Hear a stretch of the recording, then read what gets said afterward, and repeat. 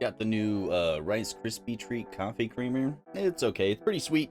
But, you know, it's alright. Anyway, back to why we were here for the video. And that's because we, this morning, me and my wife watched the new Halo TV show. And I have a few things and feelings that I want to get off my chest. It's just, you know, when you see that thing that's happening that you have to then immediately call your significant other and be like, holy crap, I just saw this happen. And you're not going to believe it. That's what the Halo TV show felt like. Well, we'll get into that in just a moment, but before that, go ahead and hit the subscribe button, hit the like button, leave a comment down below, let me know what you thought about this video, and let's go ahead and get into my thoughts about the new Halo TV show. Alright, so getting into what I liked about the Master Chief TV show. So I like the casting. They did a great job at actually casting the people correctly, I feel like, for their actual roles inside the show.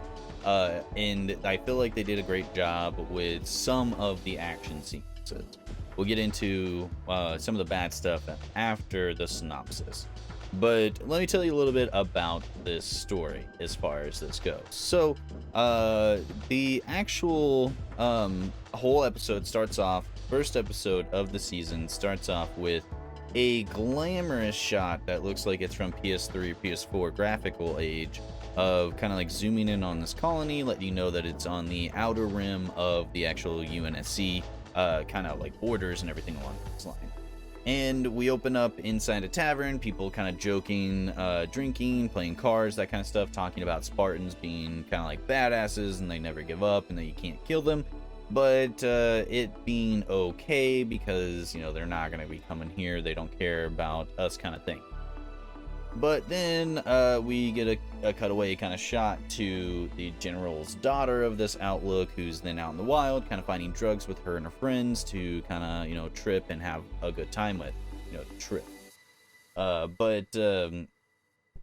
Aside from that, then she notices something off in the distance that was a colony ship. She went to investigate it, saw that it was a colony ship, kind of started going back like, hey guys, let's go back to the outpost. This doesn't look right. And shit breaks out with all of the fucking colony members and elites kind of just drumming down onto the outpost and pretty much just eliminating everybody. But kind of like halfway in between it, the Spartans actually came down and started helping out this colony group there. And the general, whenever this first started happening, shot at Master Chief and was like, "Ah, you Spartan!" And then Master Chief jumped over him, killing the Covenant elite. And he gave a friendly, respectful nod to Master Chief. Master Chief nodded back, and that was the end of that. Then it goes into the Spartans wiping out all of the Covenant elites as far as that goes, but then not being able to save a goddamn person when it comes to the rest of the colony. They saved one girl, and I think that was really more she was just saved by the plot, not so much the Spartans, if you ask me. And so the Spartans, after seeing all the death and destruction and like, hey, there's nobody left alive, we're gonna go find where that ship came from. And they set off, they go try to find the ship, and they find it, realize that there's a relic down there that Master Chief touches and sees a family inside of it there. But then inside the cave, there's another elite that then that's kind of spying on them. Then they find out that he's there, chase him down, he goes invisible, hits the survivor of the outpost, knocking her out, Master Chief, putting him in her ship, or in his ship, then taking off to the UNSC Reach as far as that goes. And this is kind of the whole plot point of the rest of the episode, is them inside the ship and the convictions that Master Chief now has since touching this magical relic. And when they touch the relic and everything kind of lights up, Master Chief sees a vision, and they do a scan of Master Chief to realize that something has changed inside of his neural network, inside of his suit. And they ask him, hey, what happened on Madrigal when you touched the object and everything? And he told them, hey, I saw visions that felt like a family. And they both looked at each other like, what? What's going on? And when that happened, that made me suspicious that it's either one, this is John unlocking his past and what actually happened before getting into the UNSC, because they kind of kidnapped him as a child and then built him into an actual, killing machine. And or it's they're taking it a different way where it's his family that died and traumatized him, and he almost died and then became a Spartan afterward. And now going through all that, there was a conversation with the surviving member of the outpost, Quinn. I want to say Quinn. It's K-U-A or sorry, Kwan. I can't spell. But they have a conversation with a UFC or UNSC officer, and they were talking about, hey, maybe can you tell the other outpost members that are fighting us currently that the Spartans are actually here to help, because there's a different war that people just don't really know about yet. And she goes, what if I just tell them that the aliens did it? And it was at this moment that I looked at my wife and I was like, hey, I think it might have been a little too soon for them to be like, hey, can you do some propaganda for us? Because you got to keep in mind, like, the Halo universe, this is all set in 2552. This is all set in 2552. And we've come to know today's terms that if, somebody is traumatized in this way, that maybe you comfort them before getting information out of them.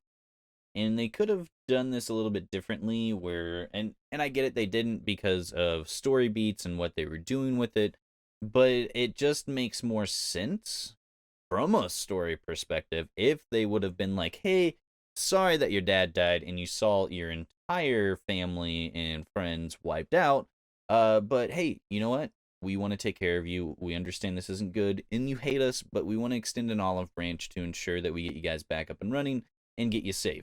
That would have at least gotten her to reach for them to then do some like espionage stuff where like Master Chief tries to figure out what's going on, why the UNSC is bad, and uncovering these secrets as they go through different adventures and everything along those lines, and figuring out that they actually assassinated Quinn.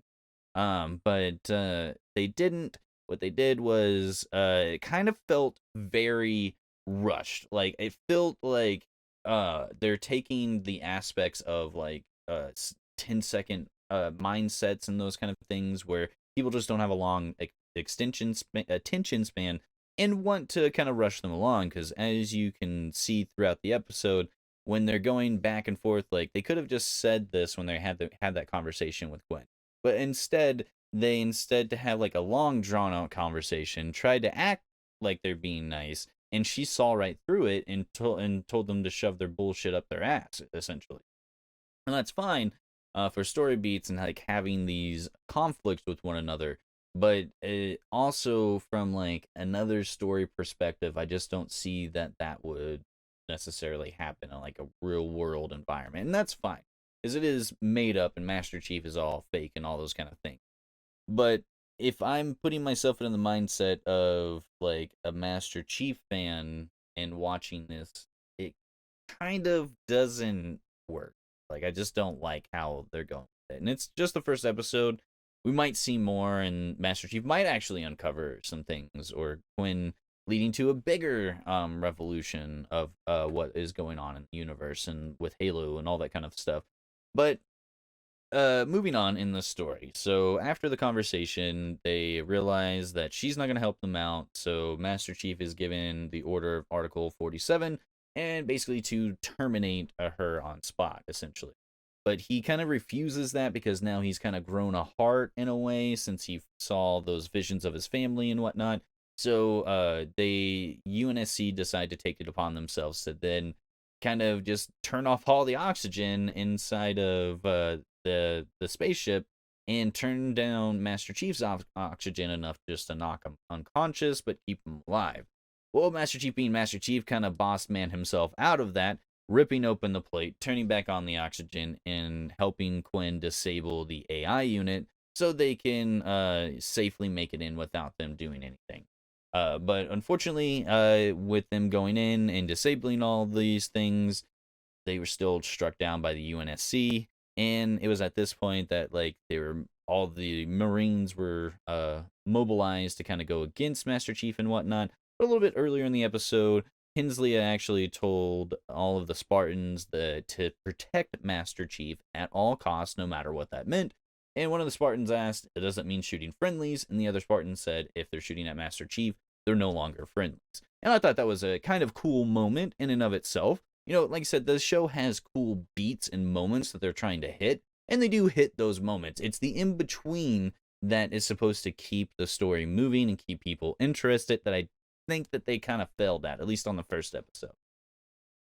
And after all of this happens, and their Spartans are out there, the ship has landed, the Marines are aimed, they're kind of gonna blow open the ship doors, and the Spartans step up above the Marines and start aiming at them, and are like, "We know what's gonna happen once you open that, and you know what we gotta do once you do what you gotta do." And they're all like, "We understand and respect each other, but we're still gonna try to kill them." In a sense. But it's at this moment that Master Chief sees that the relic had fallen out of the case that it was in, so he picked it up to like put it back in, but held it longer and held it long enough that it actually sent out an EMP burst to destroy all the UNSC headquarters equipment. Not necessarily destroy, but like I think it more like sucked up all the power for that moment in time. Like it was like sucking up all the power to like get him out of there essentially, because it turned back on the ship. Ship came back online, AI was disengaged, and Master Chief and Quinn fly off into the sky. End of the story. And as far as like a story goes, I was kind of not impressed just kind of recanting it to you. And it wasn't something that left me like, okay. It was more of like, why did they do this? Because there were a few things that actually happened inside of the episode that really like took me out of it as well. Like there's one moment at the very beginning where the elites are killing everybody, and they've got their guns and they're shooting them with like Gatling gun on the back of a truck and all this kind of stuff, and they're shooting them just as much as Master Chief does a little bit later in the scene. But for whatever reason, when the Gatling gun gets in Master Chief's hand, it's like it gets a plus 10 power buff and fucking destroys everything. But the villagers who used the exact same guns earlier in the fucking episode weren't able to accomplish the same thing with doing the exact same task. And that's what kind of took me out of it. It's like, all right, I get that Master Chief is a badass and everything, but I don't understand how he just instantly levels up a fucking bullet because he picked up the weapon. It's not like he grips it harder and the bullets are like, "I'm fucking scared of him now. Let's go faster, guys." Like, it just doesn't make sense to me. And then, and that's just kind of some of the stuff that throughout the episode that you kind of notice that really doesn't make sense and I didn't like. Another thing, like the graphics kind of took me out of it as well. Because there's this one scene that you're kind of seeing here now where a battle rifle is kind of just thrown to the ground, but it blurs it so bad. And I know it's trying to do like a dust effect and everything with it, but oh my god, it's not great. And they need to kind of adjust how they're doing these kind of things.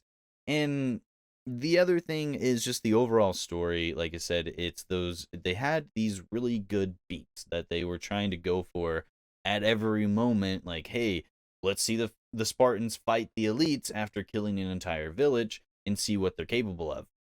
Cool, they do that, and it's an okay scene. It kind of kicks off the show in a way that you're like, all right, awesome. We might see a lot of action in this show. Unfortunately, that was all the action until the very end, because the middle part was just kind of like them figuring out what they're gonna do with what they're gonna do with the girl that survived from the outpost, and how Master Chief can be dealt with if he doesn't listen to us, kind of thing. And it's those parts that like also didn't make a whole lot of sense, because they were like, hey, stop your cloning. You can't clone yourself. That's bad. Cut it out. And no, Cortana, we told you not to do that, or we're gonna kick you out of here. and she just fucking does it anyway and nothing happens. So like, I know it's only episode 1 and there might be consequences later on, but like, she doesn't feel that there's going to be any consequences to her as being the head like facilitator of the scientific projects and those kind of things at the UNSC, and she has more confidence that she's built up a force of 4 people that could probably rival the UNSC's entire army. So it's something that, I know deep in her mind, she's like, I don't care. I'm going to keep doing it, and you can't stop. And they even point that out, like, hey, you didn't stop it after we told you to stop. And she's like, all right, I'll stop this time. Sorry, didn't mean for you to see that. Let me hide that again. And she goes on and does that. And it's those kind of like moments that I'm like, all right, why have this there? Because Master Chief had Cortana in the first game from the beginning. It's not like it was anything, new or introduced later on or anything along those lines. It was part of his AI suit that then goes crazy later on in the later games and tries to kill the entire universe and all these kind of things. And Master Chief has to stop her and whatnot. And those were honestly good stories in and of themselves. Now I know 4 wasn't the greatest, and 5 was a pile of garbage because they tried to pump in a bunch of celebrities to the game. But if you look at the Halo or Master Chief story that they're telling with inside those games, those are great stories. We get nice, complex storytelling from a character that barely talks, and we're able to like figure out things through his movements and actions and the way he just looks at somebody with no eyes that you can see or anything. So and that's what they are kind of missing from the show, because there's this one moment where the outpost girl Quinn has a battle rifle pointed at Master Chief, and he goes, "This is made from titanium alloy. That you're not even gonna dent me with those bullets." And you hear, and his helmet comes off. He's like, "If you're gonna kill me, you need to aim up here." He's like, "Okay," and tries to slide the gun back over, and he just slides it back over, like, "I'm gonna need your help disabling the AI here." And then they frantically do things that he's just like, "Hey, pull out this cable from the flex capacitor and make sure that the red one is the one that's cut, not the blue one." Oh, and she just pulls out the battle rifle and shoots it, and then they're able to go, and it's like 2 minutes to landing. 2 minutes to landing. And this is all happening within like 10-15 minutes of them, like the whole like ending sequence of everything. And it, like, you could see where it was going. Like, he was gonna get taken down, and then something was gonna happen with the relic. They kind of like focused their lenses per se on like the relic when it fell out of the case and everything, and you're like, oh shit, something's gonna happen with that. Is she gonna grab it, or is he gonna grab it again and go make some shit happen? And lo and behold, he grabbed it and made some shit happen. It's just lazy kind of storytelling where they're doing the obvious, I feel like. And I don't feel like the storytelling in the Halo games is lazy. And that's kind of my big thing with this. Also, the director and the showrunner and stuff never played the games or have any, knowing of what the games can bring to the table as far as like a storytelling aspect, because I really feel like we get the deeper moments of Master Chief and how he's been manipulated from childhood to think that the UNSC are like the best people in the world and in the galaxy, and that they're here to help everybody. But in all actuality, he was kidnapped and tortured and genetically modified and enhanced to be the person that he is today. And he kind of uncovers these mysteries, and Cortana helps him out. And they go through these things, and not just try to hit story beats, because that is the beats of Halo. So I feel like they need to kind of go back to the storyboard. I know it's a little late with them putting out the show and everything, but if they're gonna have a season 2, one thing, hire somebody different. Like, there are tons of people on YouTube that can make better graphics than what I saw in the show. So maybe look into hiring one of them on and seeing what they can do, because giving the smaller people a shot might actually work out in your favor, considering they're doing miles better than some of the stuff that you're doing. Like Pixel for the Backrooms. I didn't even realize that the Backrooms was in the Unreal Engine until I read up a little bit of what was going on with everything, and come to realize that he makes all of that in Unreal Engine 5. And it's like blowing my mind that it's like this kid probably has like a small team of like 5 to 6 people, and they are making the most unbelievable things that I've seen on YouTube in a while. But when it comes to a show that they're putting $100 million into and $10 million an episode and all this stuff, they make it look like hot garbage. I'm sorry, it just kind of takes me out when the show does something like that, when they are tied to these looks and feels and then they can't achieve those looks and feels. I hope the rest of the season proves me different, but I think that 20 minutes of rambling on about the lows and highs of the Halo TV show is quite enough. So if you like this video, go ahead and hit the like button. Let me know that you did. Dislike it if you disliked it. Subscribe with that bell icon turned on so you don't miss any more content like this. And make sure you guys leave a comment down below. I'd love to know your thoughts on the Halo show. Did you like it? Did you dislike it? If you liked it, why did you like it? It proved me wrong. I'd love to hear from you down below. And that'll be all for you. So you guys have a lovely fucking evening.